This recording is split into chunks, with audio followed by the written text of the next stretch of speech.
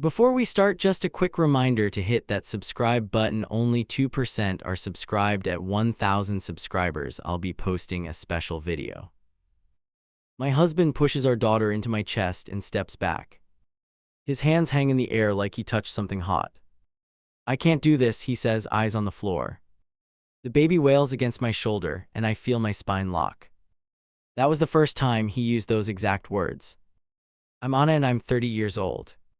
I can still hear the way his voice cracked on this.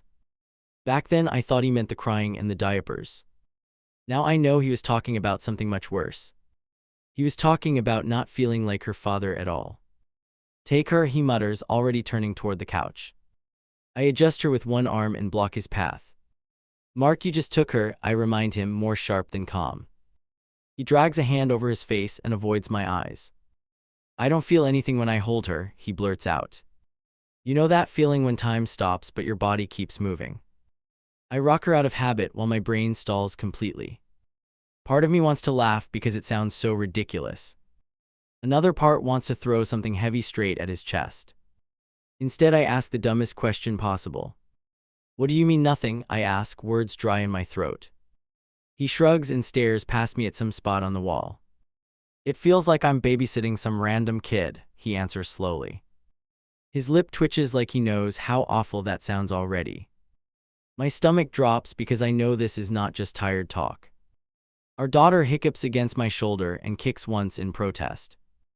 I pat her back and feel her tiny body settle a little. She knows my voice and my heartbeat and my messy routines. He watches that and his jaw tightens the way it does before arguments. "I think I missed the moment when it was supposed to click," he adds. There it is. That one little word that sits between us like a brick. Missed. We both know which day he is talking about without saying it. We both dodge it anyway like cowards. I step closer and try to hand her back to him again. "Hold her for 5 minutes," I tell him, no room for debate. He flinches like I'm offering him a live grenade, not a baby. "Why are you forcing this?" he snaps, eyes finally meeting mine. "Because she is yours," I snap back, louder than I planned. He presses his palms into his thighs and breathes out through his nose. "She feels like your project," he throws out, almost under his breath. That one lands even harder than the babysitting line. My brain immediately starts building a defense and an attack together. "Your project tried to eat your shoulder earlier," I shoot back. He almost smiles and then decides against it halfway through. "I walked in and you already knew what to do with her," he says. "You already had your little system before I even caught up." He gestures toward the bottle on the table and the stack of burp cloths. Like proof that I built some secret club he was not invited to. Here's the ugly part I hate admitting. A piece of me enjoys that competence in front of him. It makes me feel important in a way nothing else has. Then I remember I did not want to be important alone in this. I wanted to be tired and clumsy and learning together, not like this. "You can still catch up," I insist, even though I am not convinced. "You're here now, you can put in the time," I add. His shoulders lift and drop in a tight little shrug that screams no. "You had your big moment with her," he says, voice flat now. "I was stuck outside it, I can't just fake the connection." I bite the inside of my cheek so I do not say something nuclear. "Like you were not exactly stuck, you remember that part, right?" Instead I ask, "So what, you just tap out now?" The words hang there between the three of us like smoke. He leans back against the couch and looks smaller than I ever saw him. "I show up and do the chores," he answers after a beat. "I can change diapers, I can work, I can pay bills." Then his voice drops to almost nothing. "But I don't feel like her dad, and I don't know how to fix that." His fingers twist the hem of his shirt while he stares at the floor. "If you had walked in right, then you might think I was the villain. I was the one glaring while holding a crying infant." You look pale and freaked out and kind of fragile. This is where my brain starts splitting in two directions at once. One part wants to protect him, the other wants to punish him badly. "Do you remember the first time you saw her?" I ask. "Yeah, I go there, even though we both agreed not to." He freezes like I hit a nerve I promised to leave alone. His mouth opens then closes, no words coming out at first. That delay is its own answer and it burns. He finally looks up at me and I see that shadow again. The one that started on the day she arrived without him there. I remember walking in after, he says, each word heavy and careful. I remember feeling like I walked into a movie halfway through. He laughs once, but there is nothing funny wrapped in that sound. Back then I told myself that feeling would fade on its own. Time fixes everything, right? That is what people say. Feedings and baths and tiny socks would slowly glue them together. Now, watching him pull away while she howls against my shoulder, I know better. Time does nothing if you keep your hands in your pockets. Look at her, I tell him, moving closer so he has no choice. He glances up, quick and guilty, then looks away again. Really, look at her, not at me, I push, voice shaking. He forces his gaze back to her scrunched up red face. For a second something flickers there, then it dies out too fast. He stands up and puts distance between us like he needs oxygen. I feel like a fraud every time I hold her, he confesses. I keep waiting for that rush everyone talks about, and it never shows up. He presses his fist to his chest like maybe something is stuck in there. I think missing that day broke something in me, he finishes quietly. I want to tell him he is being dramatic and unfair. I want to scream that I had my body torn open for that day. Instead I just say, you being broken is not an option right now. The words come out harder than I intended, but I do not take them back. He flinches like I slapped him, and I hate that I do not apologize. Our daughter finally starts to settle, more from exhaustion than comfort. Her cries fade into little whimpers that still scrape my nerves. I sway on my feet and feel the dull throb in my lower back. He watches me like he is outside a store window looking in. I can almost see him deciding whether to walk through the door or leave. Take her for 2 minutes, I try again, my voice softer now. If you drop her, I will catch her, you are not alone. He bites his lip and steps forward one small step, then stops. His hands hover near her, close enough to feel her heat.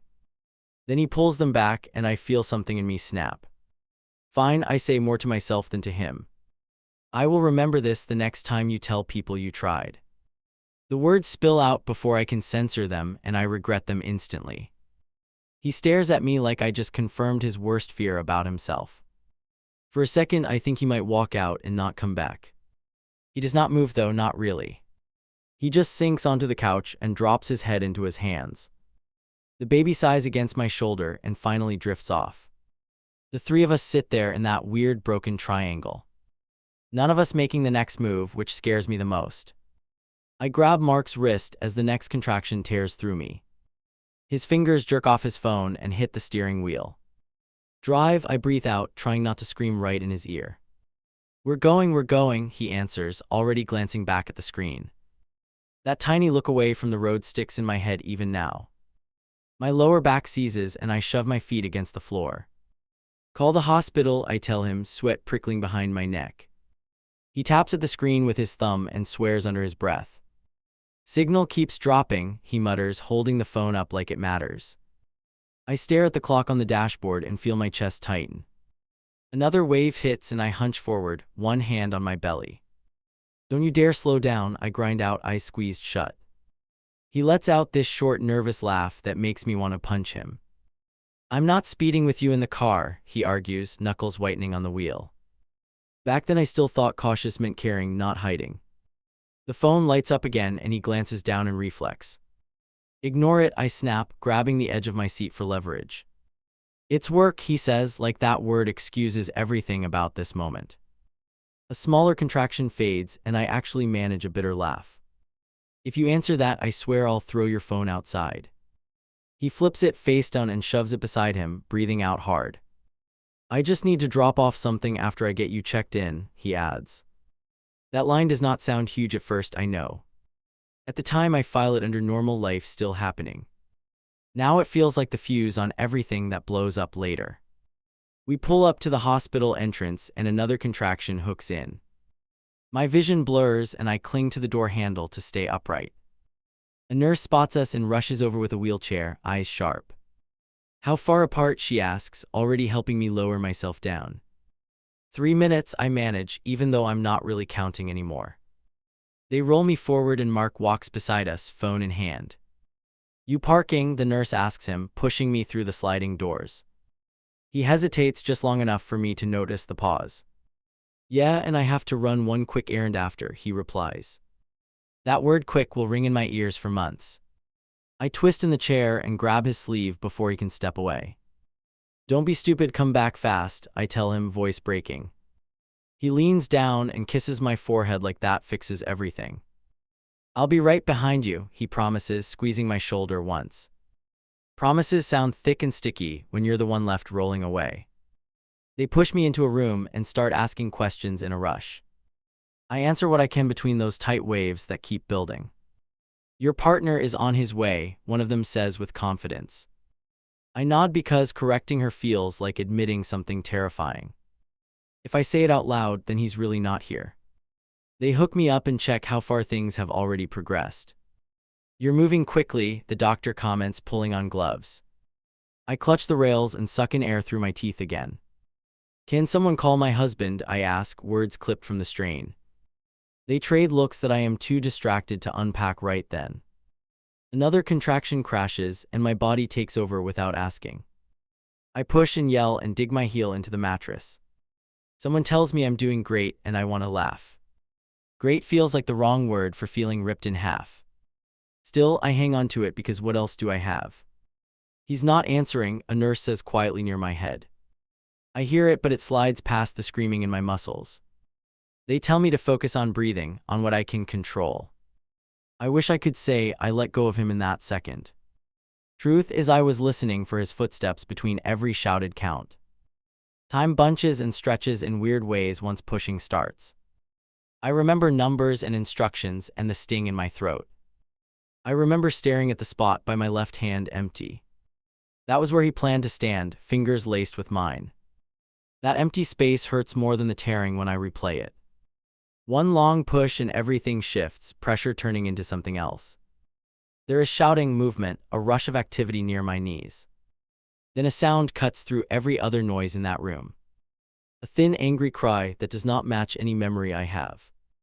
I turn my head toward where he should be and see nobody. They place her on my chest and my hands move on instinct. I cradle her, stunned, still searching the doorway out of habit. Someone asks me her name and I almost say Mark first. I want him to appear and answer for us like we planned. Instead, I choke out the name alone while my phone buzzes somewhere. Now writing this, I want to shake that version of me. I kept telling myself he probably got stuck in traffic outside. I blamed elevators, paperwork, random delays, anything but his choice. I refused to imagine him somewhere else entirely while she arrived. Denial can be warm when you are shaking on a hospital bed. A nurse wipes my face and adjusts the tiny bundle on me. He's going to be so excited when he walks in, she murmurs. I nod and pretend to believe the picture she paints for us. I picture him bursting through the door with wild relief in his eyes. Instead, the door stays shut and the clock drags my hope sideways. Do you want me to try his phone once more? She asks gently. Yeah, I answer, holding our daughter's back with one hand. She steps away and I strain to catch any reaction in her tone. I hear a low sigh, then the soft click of a call ending. Still nothing, she reports, expression carefully neutral as she returns. I decide right there not to cry about him in front of her.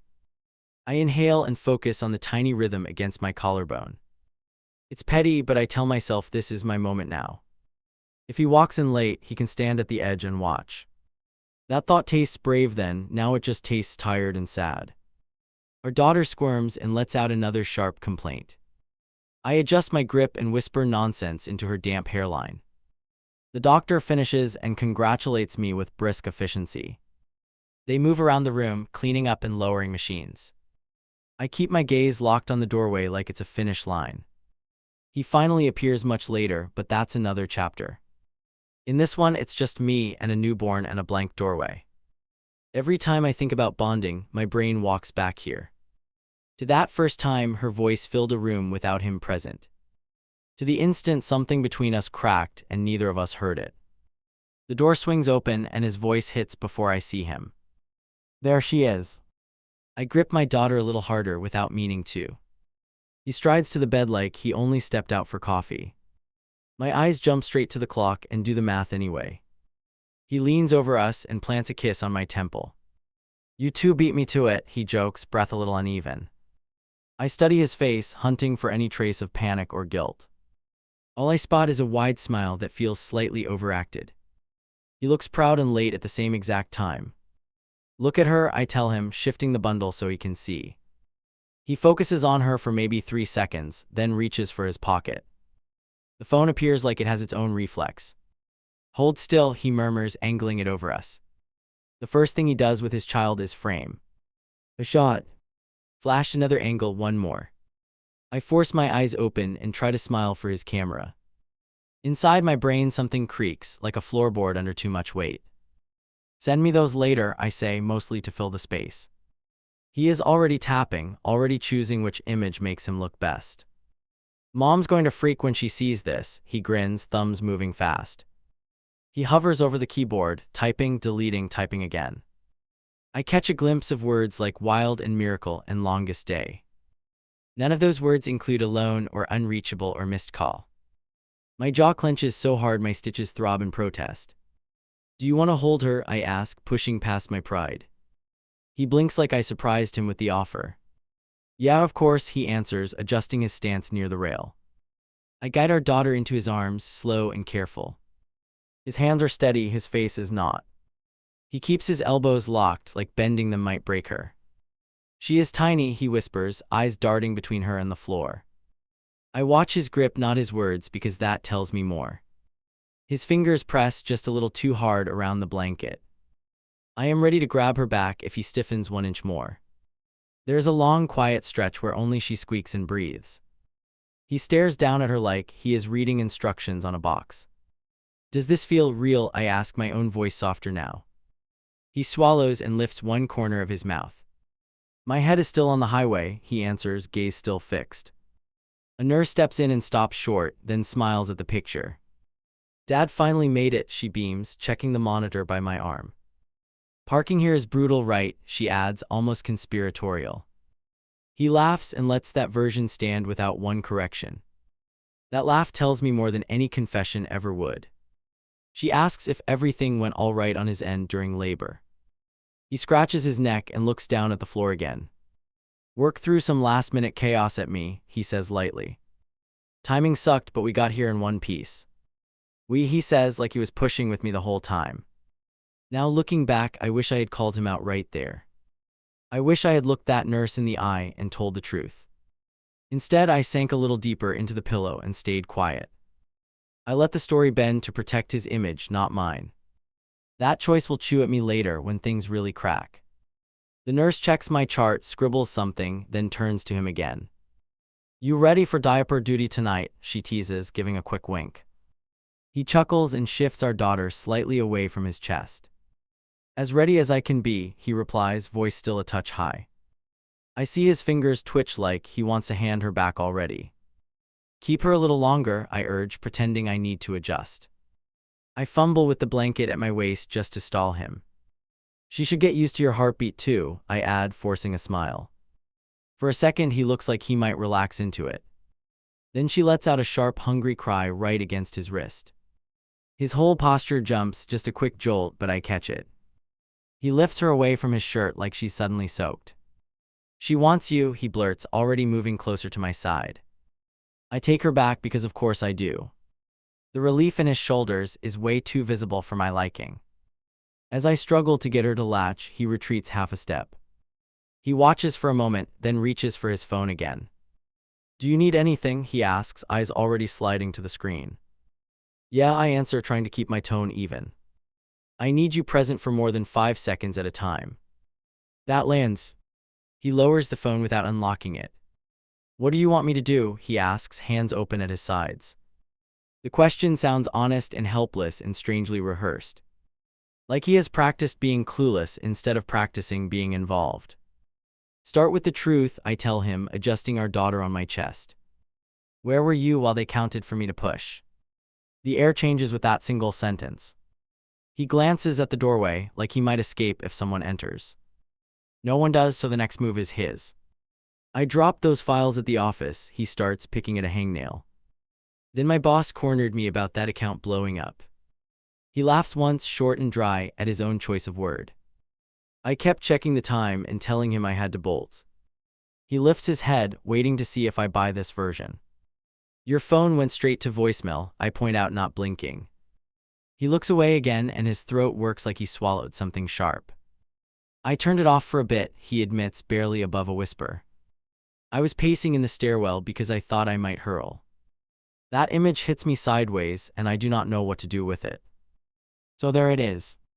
While I was tearing open, he was hyperventilating near a concrete wall. I want to feel sympathy, and I do a little.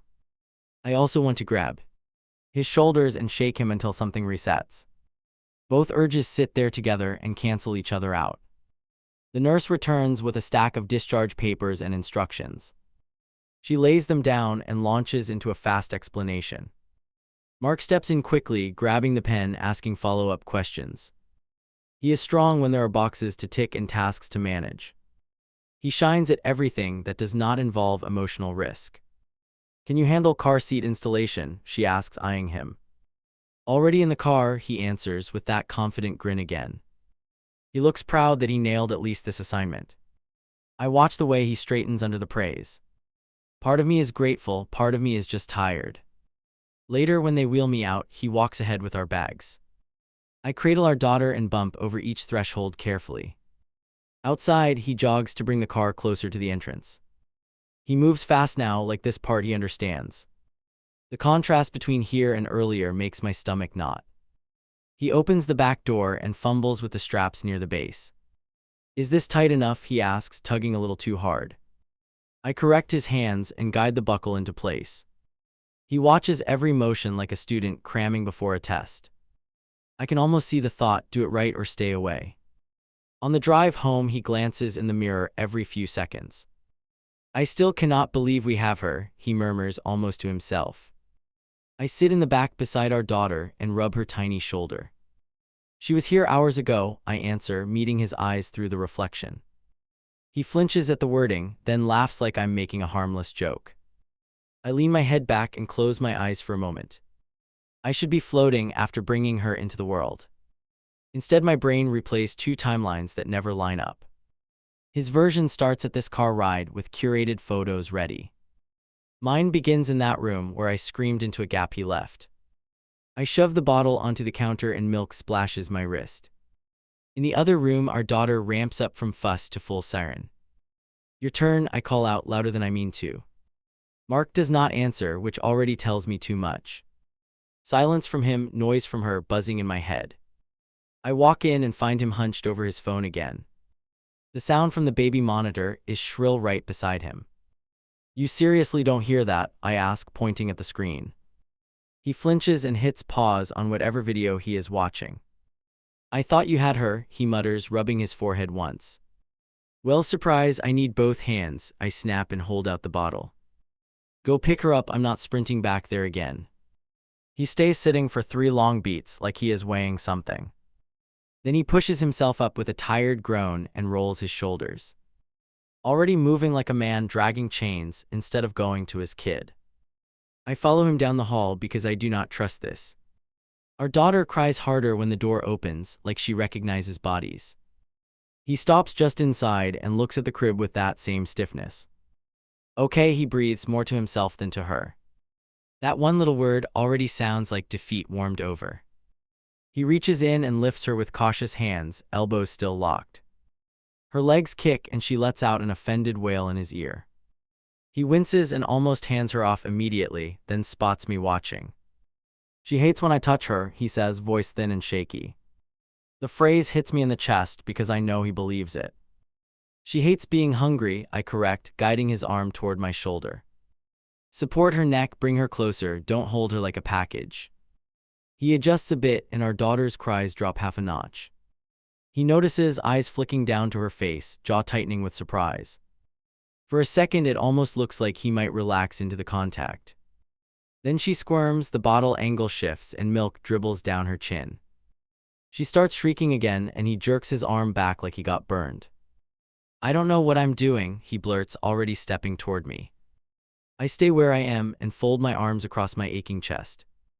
If you keep handing her off, you'll never learn anything, I tell him. He hesitates in the middle of the room, baby howling against his arm. I already told you I don't feel that thing everyone talks about. He paces 2 short lines near the crib, breathing quicker with every step. It feels like I'm pretending to be a parent in a commercial. His words spill out too fast, like he's trying to outrun them. So what exactly do you feel? I push because I am done guessing. He stops pacing and stares at the wall above my head. Pressure, he says after a moment, fingers flexing around the bottle. Like there's this script I missed and I'm ad-libbing every scene. He laughs once, nervous and sharp, our daughter still screeching between us. The sound grinds on my nerves until I finally step forward. Give H. Here, I say, more clip than I intend. He transfers her to me and his shoulders drop in visible relief. The instant she touches my chest, her screams soften to little gasps. I feel his eyes on that tiny shift like it is proof of something awful. There, he mutters, backing away toward the doorway again. That right there, whatever that is, I don't have it. He grips the frame with one hand, knuckles pale from tension. It never started for me, I can't get it to boot up. He taps his temple with 2 fingers like his brain is the broken machine. Something inside me finally snaps past polite explanations and careful patience. This did not magically switch on for me either, I spit out. I bled, I screamed, I worked through it while you were gone. The last part comes out colder than I expect, and I do not pull it back. His gaze jumps from the baby to my face like I threw cold water. Don't start that again, he warns, voice suddenly low and flat. We've already gone over it, I told you what happened. He runs a hand through his hair and paces another short line. I had a panic attack, I shut down, I messed up. He throws the words out like a shield, not an apology. We have not gone over anything, I answer, heart pounding in my throat. You threw a few crumbs and I pretended they were enough. I rock our daughter with one arm, keeping my eyes locked on him. Tonight you're going to tell me the whole thing or sleep elsewhere. Yeah, I actually hear myself threaten that, and it still surprises me. He stops moving at that and breathes out through his nose. This is not the moment for an interrogation, he says, glancing at the baby. This is exactly the moment, I fire back, feeling my voice shake.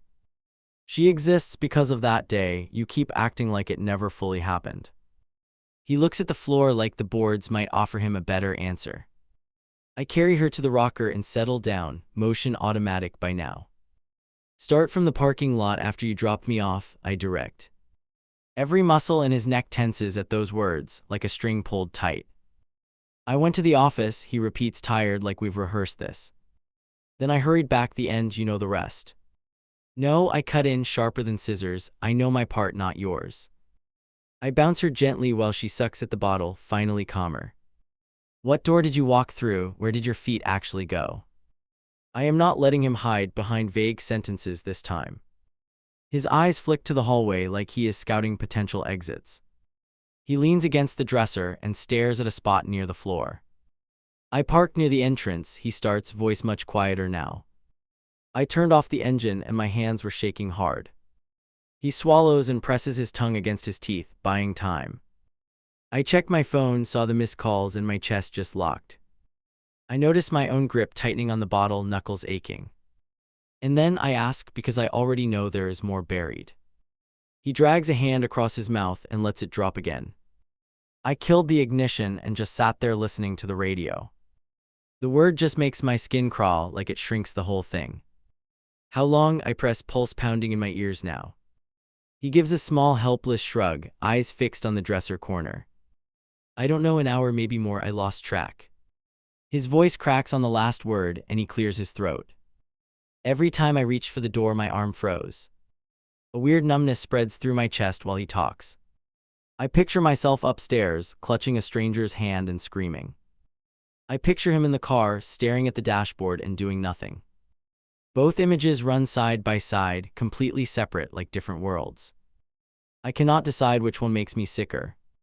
I turned the phone off because it would not stop buzzing, he continues. It felt like every vibration yelled at me to move, and I couldn't. He squeezes his eyes shut and lets his head hit the wall behind him. I kept thinking if something went wrong, I didn't want to watch it. That last line lands like a punch straight to my ribs.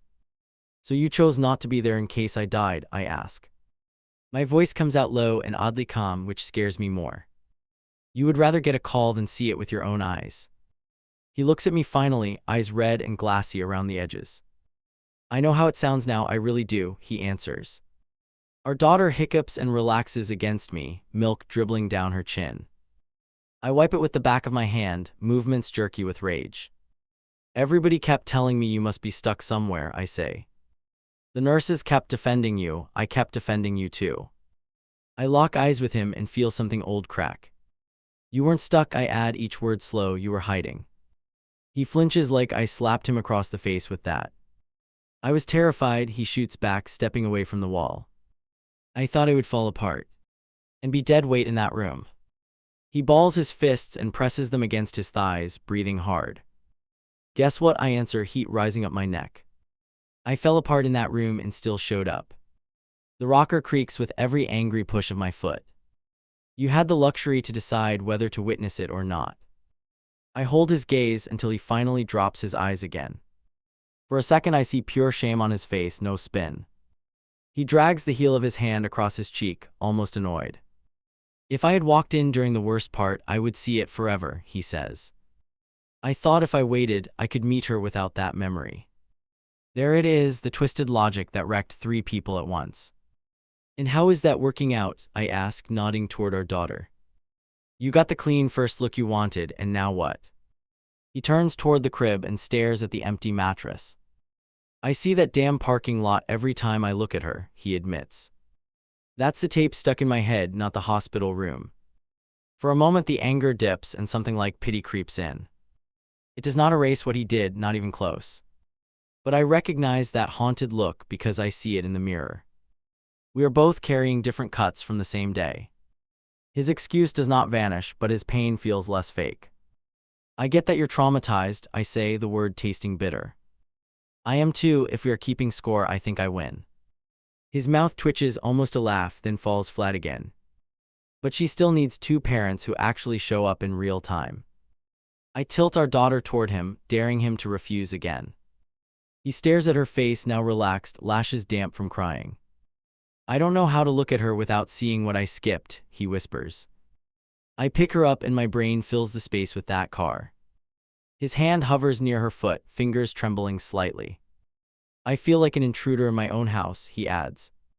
Then earn your way back in, I answer, no softness left there. Start doing the unglamorous stuff until your head rewires. I sit our daughter upright and pat her back firmly. You don't get to bail just because your origin story is messy. The rocker slows, but the tension in the room stays wired tight. He nods once, a quick jerky movement, like a promise to himself. Tell me what to handle tonight, he says, eyes on the floor. I want to scream that I am not his manager. Instead, I hand him the burp cloth and stand up slowly. You start with walking her until she sleeps, I decide, stepping aside. He pulls in a breath and reaches for her, movements clumsy but deliberate. This time he brings her close on the first try, not halfway. Her face crumples, then settles, tiny fingers clutching at his shirt. He rocks on his heels, counting under his breath like a nervous chant. I watch from the doorway, waiting to see if he bolts again. Our daughter starts making a weird choking noise while I'm tying my shoe. I freeze halfway down, fingers dug into the laces. From the couch, Mark glances over once, then back to his screen. Is that normal, he asks, not really moving yet. My heart is already sprinting while my body stays crouched. I drop beside the swing and lean over her face. Her breaths come fast, then stall, then rush again in shallow bursts. Heat rushes up my neck and my ears buzz. Pick her up, I say, voice rougher than usual. He pauses the video, but does not stand right away. Is she just fussy, he tries, hands hovering over his lap. She doesn't sound fussy, I snap, already unclipping the strap. I scoop her against my chest and feel how hot she is. Her skin is damp and her eyes look glassy and unfocused. Fear climbs my spine like it is claws. Get the thermometer, I order, shifting her in my arms. He jumps up and opens the wrong drawer first. By the time he finds it, she's whining in high, sharp bursts. I hold it in place and wait through the longest seconds ever. The number that flashes is way higher than the nurse liked. We're going back in, I announce, already reaching for the diaper bag. Mark rubs his head like he's trying to push thought into it. Do we need urgent care or just the doctor tomorrow? He asks. She's burning up and breathing weird, that's not a tomorrow problem. He glances at the clock and then at his keys on the hook. I can drive you both, he offers, voice low and strained. I'll just throw on shoes and grab my wallet. I hesitate because the last time I trusted his timing, I regretted it. Stay here with her, I'll run for supplies, I decide instead. He stares at me like I just handed him a live grenade. You want me alone with her when she's like this, he blurts. Yes, because you are her parent, remember, I fire back. I shove the fever meds into his hand and point at the dosing line. Give her this if she gets hotter, call me if anything changes. I know my voice sounds harsh, but I am too scared to soften it. He takes her from me with Bot. Arms jaw clenched. She whimpers and turns her face into his chest. That small move hits him, I can see it. I'll manage, he says, more to himself than to me. I grab my bag and run out before I can change my mind. At the store, I move down aisles without really seeing anything. I throw electrolyte packets and wipes into a basket, hands shaking. My thoughts bounce between worst-case outcomes and stupid tiny details. Why did I leave? Why tonight? Why him? Why now? I am halfway through self-blame when my phone starts buzzing hard. I swipe to answer and all I hear is static and breathing. Talk, I urge, voice sharper than I intend. She's throwing up, Mark finally gets out, words tripping over each other. She went limp for a second, I can't get her to focus. Every muscle in my body locks at once in the middle of the aisle. Call emergency services right now, I tell him, already turning around.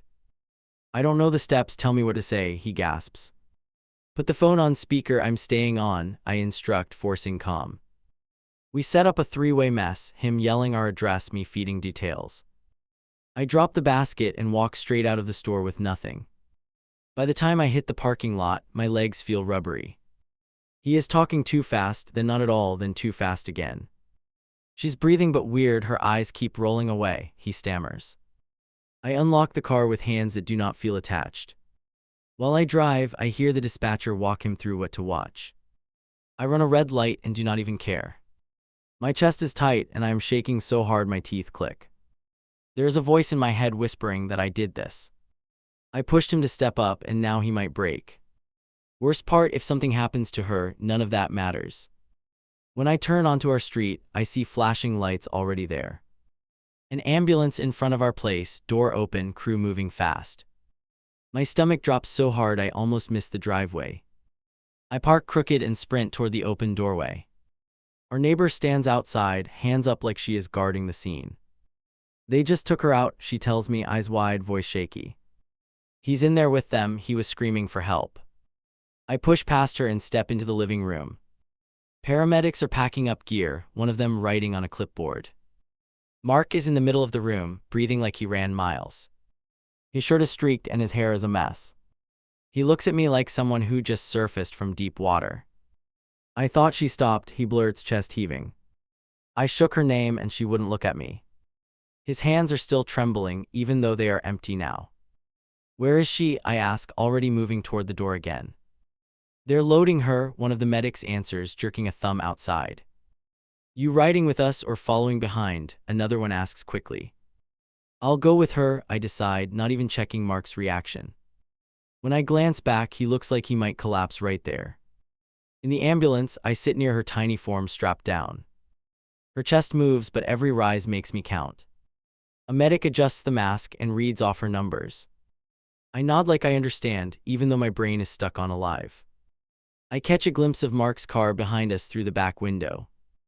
At the hospital, they rush her through double doors before we can blink. A nurse blocks us with a practiced stance and a calm tone. We'll come get you once she's stable, she promises, eyes steady. The word stable hangs in the air like a challenge. I grip the edge of the chair in the waiting area and stare straight ahead. Mark drops into the seat beside me, still breathing hard. His hands are empty and he does not seem to know what to do with them. I was feeding her like you showed me, he starts, voice raw. Then she gagged and everything came out and she went slack. He presses his palms into his knees like he is trying not to shake. I listen and watch his face, not just his words. He is not performing for sympathy, there is nothing pretty here. I called your name and you weren't in the house, he continues. It hit me that no one else was coming, it was just me. His eyes are wet but not a single tear actually falls. Did you panic, I ask, because I need to hear the truth. Yeah, he answers without dressing it up, I lost it for a second. He scrubs at his face and then forces his hands back down. But I still dialed, I still followed instructions, I still held her. That last part lands between us, heavy and electric. I hate admitting this, but hearing that shakes something loose in me. Not everything, not forgiveness, not trust, but something small. He was scared out of his mind and still acted. I was not there and he did not freeze this time. There is a version of him I have not seen before and it scares me. A doctor finally walks toward us, expression serious but not grim. She has a stomach bug and got dehydrated, she explains, brisk. Indeed clear. We're giving fluids, her lungs are clear, she's responding well now. The buzzing in my skull eases just enough to breathe. We'd like to keep her overnight for monitoring, she adds, glancing at both of us. We follow her down the hallway to a small room. Our daughter lies in a tiny bed, arm taped with a line. She looks smaller than ever, which I did not think was possible. I step to one side while Mark moves to the other. For once, we are standing on opposite edges of the same problem. He reaches out and touches her foot with 2 fingers. The movement is careful, not stiff, not staged, just careful. I thought you were going to disappear, he whispers to her, not to me. I thought I broke everything and this was the price. His shoulders curl inward like he is trying to fold himself smaller. I watch him and feel my anger and fear braid together. Part of me wants to shove him away from the bed. Another part wants to lean into him because he looks wrecked. I do neither, I just grip the rail until my knuckles ache. This is what messy love actually looks like, and I hate that. He glances up and catches me staring. I get it now, he says quietly, no excuses in his tone. When I thought she was leaving, something ripped through me. He presses his fist lightly against his chest, like checking for a pulse. I cannot keep pretending I'm on the outside of this. I should tell you I jumped into his arms there and forgave everything. I did not. I nodded once tight because I was afraid to trust it. Terror can imitate devotion for a night, then disappear by morning. I have seen plenty of strong words evaporate with daylight. Still, when he drags a chair close and sits by her bed, I notice. He does not pull out his phone, he does not pace away. He just sits there, hand on the blanket, eyes on her face. Every so often he mumbles something I cannot fully hear. Little broken sentences that all sound like stay, stay, stay. Hours stretch and nurses come and go, checking numbers and lines. I drift in and out of shallow sleep in a stiff chair. Each time I open my eyes, he is still in the same place. At one point his head droops forward, but his hand stays on her foot. He looks ridiculous and devoted and completely undone. Somewhere in that long, ugly night, it hits me. He finally experienced that overwhelming connection he kept chasing. Of course it arrived wearing fear instead of fireworks. Parenthood is not a commercial, it's this, sitting in hard chairs whispering bargains. I stare at him and know everything will still be hard but different. Mark speaks first when the counselor asks why we came back. I don't want to run from her anymore. He stares at his hands, fingers pressed together like he's holding something. I just don't know how to live with what I did. Hearing him volunteer that without me pushing throws me off balance. The counselor studies us, then leans toward him. Tell her what changed the night at the hospital, she prompts. He swallows and looks over at me instead of the floor. When I thought she was slipping away, it ripped through me. His voice shakes on ripped and I feel my shoulders tense. I realized I did want this, he continues, slower now. Not the photo version, not the bragging rights, the real thing. He rubs his thumb over his palm like he's wiping something off. I wanted more nights, more mornings, even the awful ones. That last part hits harder than the dramatic lines ever did. The counselor turns to me. What happens in your body when you hear him say that? I hate that question because it skips my brain completely. My chest tightens and my jaw locks, I answer, no filter. I believe him and I still want to throw something at him. They both look at me, waiting for the grown-up version. I sigh, annoyed at myself as much as him. Part of me is glad he's finally here, I admit. The rest keeps replaying the day he wasn't. That loop feels older than our daughter sometimes. The counselor nods once, then sets a challenge on the table. Mark, you take bedtime every night this week, alone with her. He blinks, then glances at me like he's checking for permission. I lift my eyebrows, not rescuing him this time. You freeze up, you push through, no handing her off, she adds. That night, he follows her tiny body down the hall. I stop at the kitchen doorway and force myself to stay put. Her cranky whimpers drift out, followed by his awkward humming. Hey kid, it's just us tonight, he murmurs, voice low and rough. I lean against the wall and hate how much I am listening. She starts wailing full volume, and my whole spine goes rigid. Every nerve screams at me to rush in and take control. I grip the counter instead and watch the clock crawl. Inside the room, his voice rises over the crying. I'm here, I'm right here, I'm not going anywhere, he repeats. Something in that last sentence makes my throat sting. He never said those words in the delivery room, obviously. Hearing them now on an ordinary night feels crooked and real. The crying slowly fades to soft little huffs, then nothing. I stay rooted to the floor until the silence holds. He comes out 10 minutes later, hair sticking up, shirt damp. It took forever, he mutters, wiping his face with his sleeve. But she fell asleep on my shoulder, and I didn't panic. He studies me like he's expecting a grade. I just nod because if I talk, I'll cry. That routine repeats, and he keeps showing up. Sometimes she knocks the bottle away, sometimes she drifts off fast. He adjusts, changes the rhythm, paces shorter, sings off key. I catch snippets from the hallway, little updates about his day. He is learning her without me translating every sound. Weeks later, my sister visits and watches them play on the rug. Wow, she's all about him today, she laughs, nudging my arm. Total daddy's girl, huh? The phrase lands in my stomach like a stone. I smile on autopilot, but my face feels tight. In the bathroom, I grip the sink and stare at my reflection. I know it's childish to feel replaced in any way. I also know that for months I was the only safe person. Now she squeals louder when he tosses her than when I do. Jealousy is not pretty, but it is honest. That night after we put her down, it finally explodes. You enjoy the new title, I throw out while loading dishes. He looks up from wiping the table, eyebrows pulling together. What title? Her favorite human, I answer, way too sharp for such simple words. He tosses the rag aside and steps closer. Are you mad she's finally attaching to me? He asks. I'm mad you skipped the storm and walked into the sunshine, I fire back. I hear how dramatic that sounds and wince, but I don't retract it. He leans on the counter like he needs support.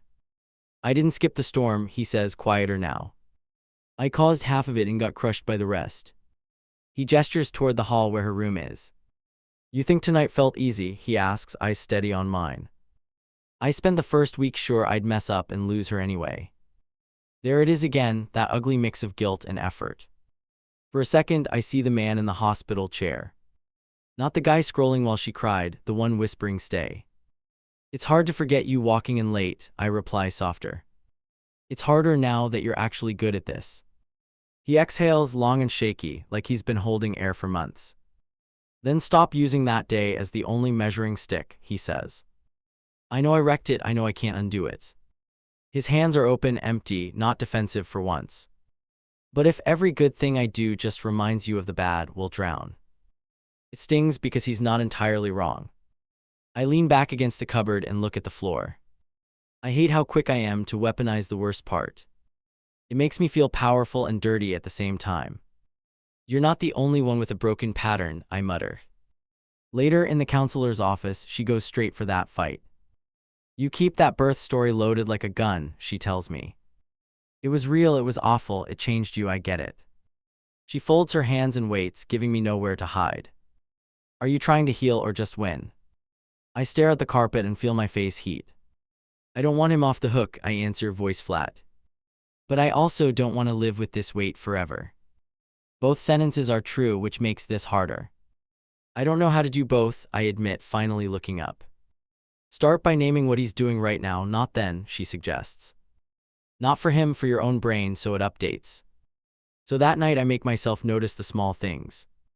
He double-checks her inhaler before we leave for the park. He throws a change of clothes in the bag without my reminder.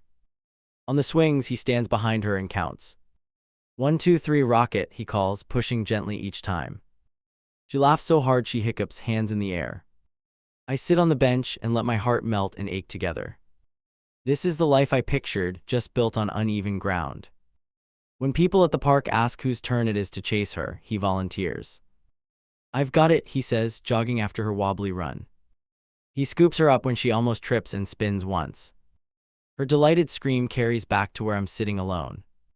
I realize I'm not terrified she will slip from his arms anymore. That realization does not fix everything, but it registers. I can use it later when my brain tries to drag me backward. We go home and he handles bath time without prompting. I fold laundry in the hall, listening to splashes and giggles. My anger feels less like a bonfire and more like coals. On our daughter's first birthday, he offers to handle the photos. I'll document, you relax, he tells me, lifting the camera. The old me would have snapped at that and grabbed it back. Instead, I watch him move through the crowd. Actually present. He even misses a few shots because he's down on the floor playing. At one point, he gathers everyone in the living room. Before cake, can I say something quick? He asks, rubbing his neck. I tense, ready to jump in if he rewrites history. He glances at me first, almost checking if he has permission. I give the smallest nod I can manage. I wasn't there when she arrived, he tells our families, plain and direct. I messed that up in a way I can't ever fix. A low murmur ripples, but he keeps going, face steady. Since then, I've been trying to earn what I gave away. He looks at our daughter as he says earn, not at them. My throat closes around whatever I was going to say. I never pictured him owning that out loud to anyone else. I wanted accountability, now I have it, and it still stings. She claps at the sound of her name and smears frosting on his cheek. Everyone laughs, and he lets it stay there longer than necessary. That night, after the last guest leaves, the house feels strangely quiet. We stack plates and toss torn wrapping in heavy bags. Our daughter finally crashes, worn out from sugar and attention.